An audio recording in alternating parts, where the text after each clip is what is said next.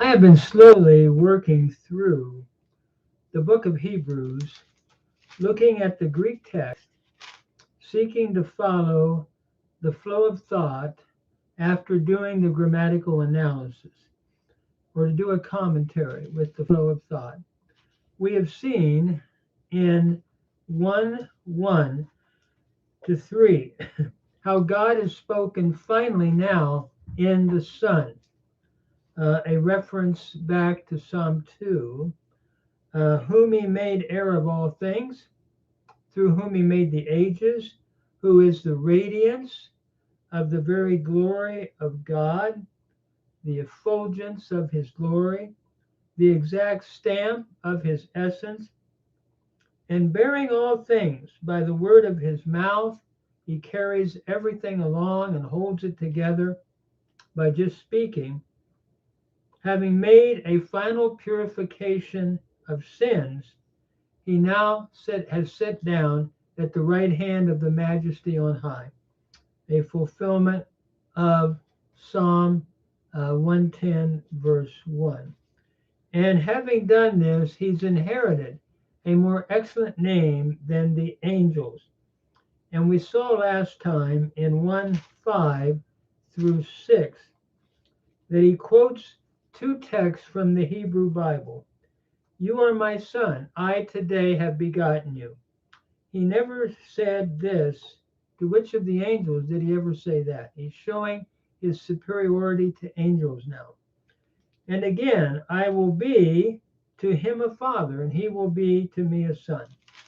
But to the son, when he brings his firstborn into the world again, the inhabited world, he says that all the angels of God worship him.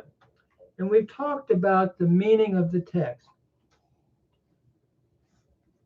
how Psalm 2 is a coronation psalm in which a king is being coronated.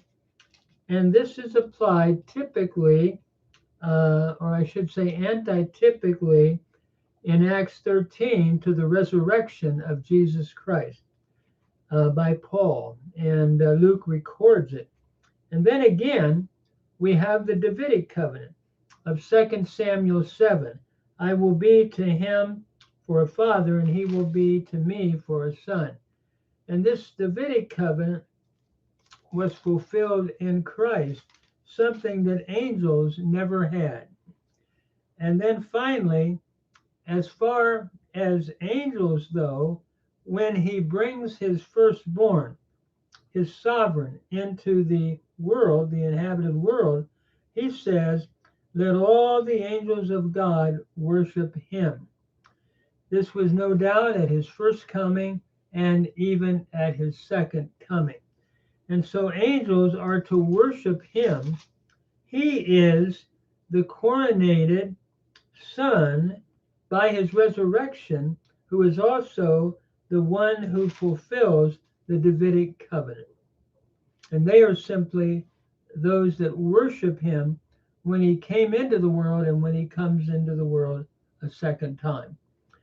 Following this, we come to the next argument, showing his superiority to angels in verses 7 to 12.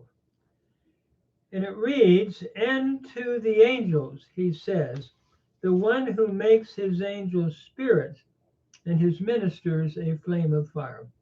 But to the Son, your throne, O God, is forever and ever, and the rod of equity is the rod of your kingdom. You have loved righteousness and hated lawlessness. On account of this, God, your God, has anointed you with the oil of gladness above your contemporaries. And then he quotes, and that's a quote, by the way, in verses 8 and following from Psalm 45, verses 6 to 7. The one about the angels being made like winds is a quote from Psalm 104, verse 4. Then he quotes again a psalm about the wedding of a king in verses 10 to 12. And you are of old, Lord, you of old, Lord, laid the foundation of the earth. The works of your hands, the heavens are the works of your hands. They shall perish, but you abide. And all as a garment, they shall become old, and as a cloak, you shall roll them up. As a garment also, they shall be changed, but you are, and your years do not fail. This is a quote from Psalm 45. What I'd like to do now is to go back to these texts in the Hebrew, read them, do a bit of grammar, and then do the Septuagint translation that we have here in the Greek. So going back to the first one, it's a psalm of creation, Psalm 104, verse 4. And God speaks, or the psalmist is speaking about God. Ose melachav ruchot, mesharatav esh lo'et, who makes his winds messengers, and his ministers a flaming fire. One interpretation is he makes winds like his messengers, and lightning his ministers. However, I believe the Septuagint translation can also be borne out by the Greek text, who makes his angels, because melachim can mean angels in certain contexts. Malach, the Malach Adonai, is the angel of the Lord. So who makes his angels messengers, and his ministers being angels, in the synonymous parallelism here, a flame of fire. A word about the grammar. Oseh is a cow participle masculine singular from asa, and who makes his angels like winds, is the way I'm understanding it, agreeing with the Septuagint, and his ministers a flaming fire. Lohet is a cow participle masculine singular, meaning la'at, from la'at, to flame. As we look at the Septuagint, the Greek reads, to his angels he says, ha poion tous angelus autou pneumata, kai tous leiturgus autou puras flaga. The one who makes his angels like winds, or winds, pneumata, and his messengers as a flame of fire. Here we're looking at angels that serve him like the wind or like lightning. Ha-poion is from poieo. It's a present participle, nominative masculine singular from poieo. So the one who makes his angels, and I'm understanding this, winds, or we could supply like winds, and his messengers, paralleling angelus here, like a flame of fire. They just serve him as elements of creation. But to the Son, he said something different. Now, in verse 8 and following, 8 to 9, he's going to be quoting from Psalm 45 and verses 6 and 7. So Psalm 45, verses 6 and 7. If someone's following me and wants to turn there, Psalm 45, verses 6 and 7. I'm going to read the Hebrew, and then we'll talk about it. So notice it reads in Hebrew, Kisacha Elohim Olam Va'ed. Your throne, O God, is forever and ever. Shevet Mishur, Shevet Malchutecha. The scepter of equity is the scepter of your kingdom. The context here is looking at a king who is being coronated, a royal marriage song. And your throne forever, O God. And the word Elohim here, some want to translate this instead of O God, they want to translate your throne or God is your throne. I think it fits the Hebrew to say your throne, O God. The king is called Elohim only in the sense that he is God's representative at one level. But in the New Testament, it's going to be applied to Christ, who is God. So your throne, O God, is forever and ever. Shevet Mishor Shevet Malchutecha. The scepter of equity is the scepter of your kingdom. Ahavta Tzedek Va Tisna Resha. Al Kain Meshachacha Elohim Elohecha Shemen Sason Meha Berecha. That is, you have loved righteousness and you have hated wickedness. Wherefore, God, your God, has anointed you with the oil of gladness above your fellows or your contemporaries. Ahafta here is the cow perfect second masculine singular from ahav, to love, and tisna is from sana, to hate, another cow imperfect second masculine singular from sana. Wherefore, your God, God, your God, has anointed you. Meshachecha is to anoint. And here we have a PL participle masculine singular from shachach, to anoint, followed by a pronominal suffix, second masculine singular, with the oil of gladness above your fellows. Reading then the Septuagint, it reads, and the writer of Hebrews is quoting the Septuagint and applying it directly to Jesus. Hatranasu hataas es tanaiona tu ionas, keherabdas tes euthutetas, hrabdas tes basileas su. Your throne, O God, is forever and ever. And I believe he's making a direct application to Christ as God, as divine. Your throne, O God, is eternal. And the rod of equity is the rod of your kingdom.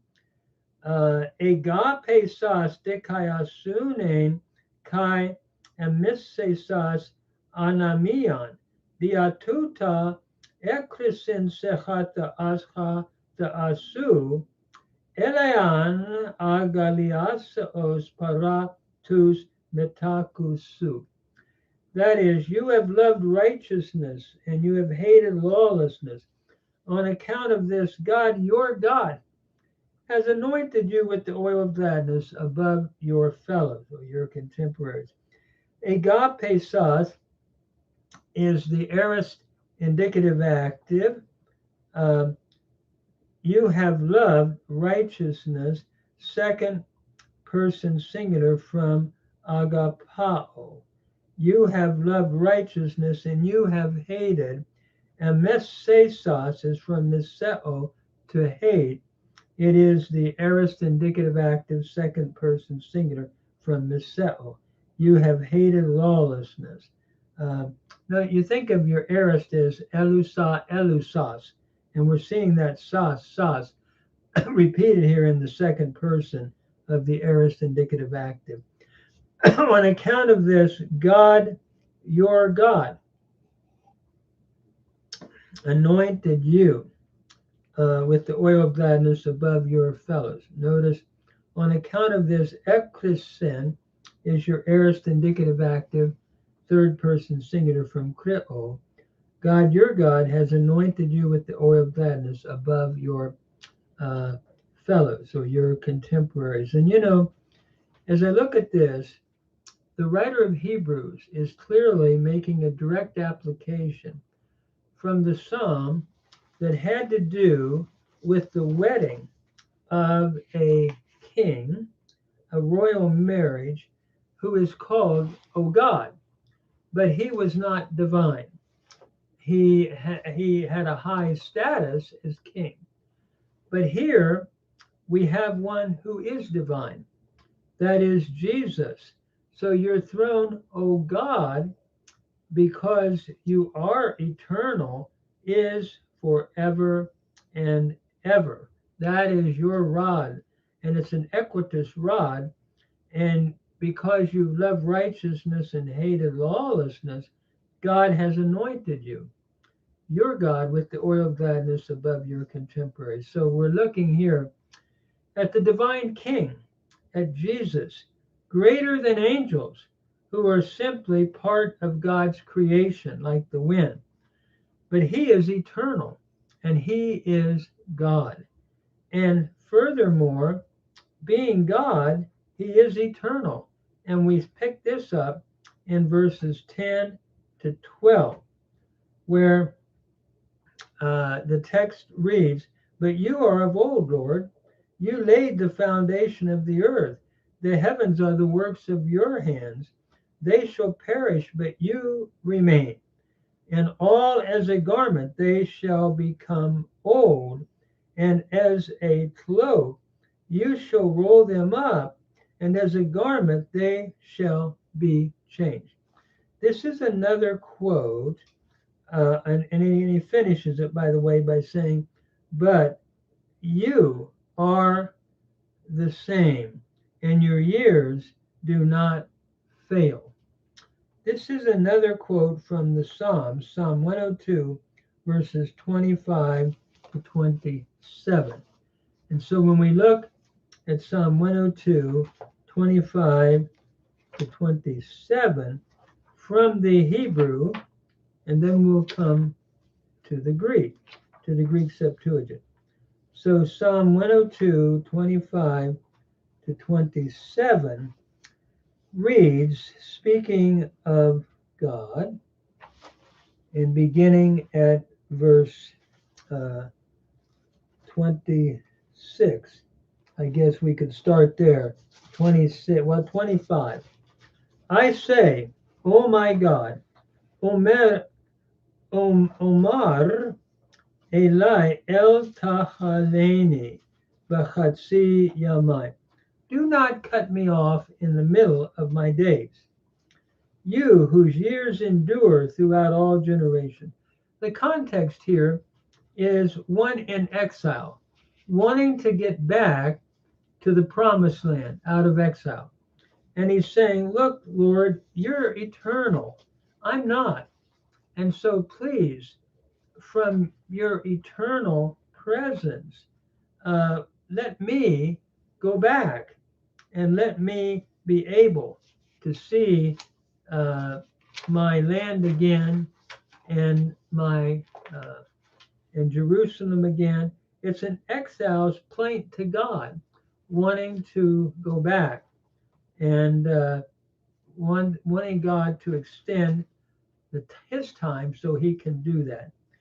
So he talks about the eternality of God. "Lefanim ha'aretz yasata uma'aseh yadecha shamayim." Of old, the earth, you did lay the foundation, and the work of your hands are the heavens. Notice yasata is the cow perfect second masculine singular from yasad.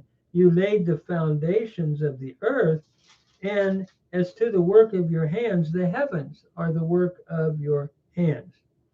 Hema yovedu va'ata ta'amod v'chulam kebeged yivlu kalevush tachalifim v'yahalofu. In other words, they shall perish, but you shall endure. All of them as a garment shall grow old, and as a garment you shall change them, and they shall be and they shall pass away. Notice here, you, but they, speaking of the heavens and what you created in the earth, they will, Yovedu is the cow imperfect, a third masculine plural from avad, a payola verb. They shall perish, but you shall endure. Ta'amod from amad, cow imperfect, second masculine singular. All of them as a garment shall grow old. Yivlu from bala, to grow old, a cow imperfect, third masculine plural. And as a vesture, as a garment, tachalifim v'yachalofu. That is, you shall change them, and they shall pass away, or they shall be changed by passing away. Tahalifim is from halam. You shall cause them to change, a hifil imperfect, second masculine singular from halaf, followed by the pronominal suffix, third masculine plural in the aim.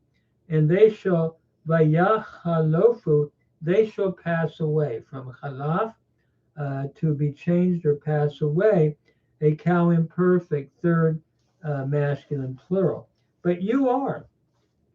Va'atahu ushenotecha lo yitamu. But you are, and your years will not have an end, will not be brought to an end. And notice he's speaking of Yahweh here and his eternality. Your years will not yitamu, a nifal, imperfect, third masculine plural from tamam. Your years will not be brought to an end, or be caused to be brought to an end. So what he's really saying is, you are eternal, Lord. And he's clearly speaking of Yahweh here. And so, because you are, don't let me perish in the midst of my days without being able to come out of this exile and go back to the land and see it again. But then the Greek text, quoting the Septuagint, reads this way, and it's applied directly over the board to Christ. Sukat arkas kuria, tain gain etameleosas, kaergaton keron suesin hoi uranoi, autoi apaluntai su de diamenes, kaipantes hos hematian pilautes santai, kai hosai peribalayan elixes autus, hos hematian kai alages santai, sude ha autas kai ta etisu uk ek lempsusin. Notice, of old, O Lord, you laid the foundation of the earth. Notice ethemeliosas is from themeliao. It's the aorist indicative active second person singular from themeliao. You laid the foundation of the earth, and the heavens are the works of your hands. Kaer gaton keransu, asin hoi uranoi. Asin is your present indicative active third person plural from me. They are. They shall perish, but you abide. Altoi apaluntai sude diamenes. Notice apaluntai is from apalumi. They shall perish themselves. Here we have the future indicative middle, third person plural from apalumi, but you abide. Diamenes, present indicative active second person singular from diamene. And all as a garment, they shall become old. Palaiothesantai is from palaiao, to be old. And here we have the future indicative passive third person plural from palaiao.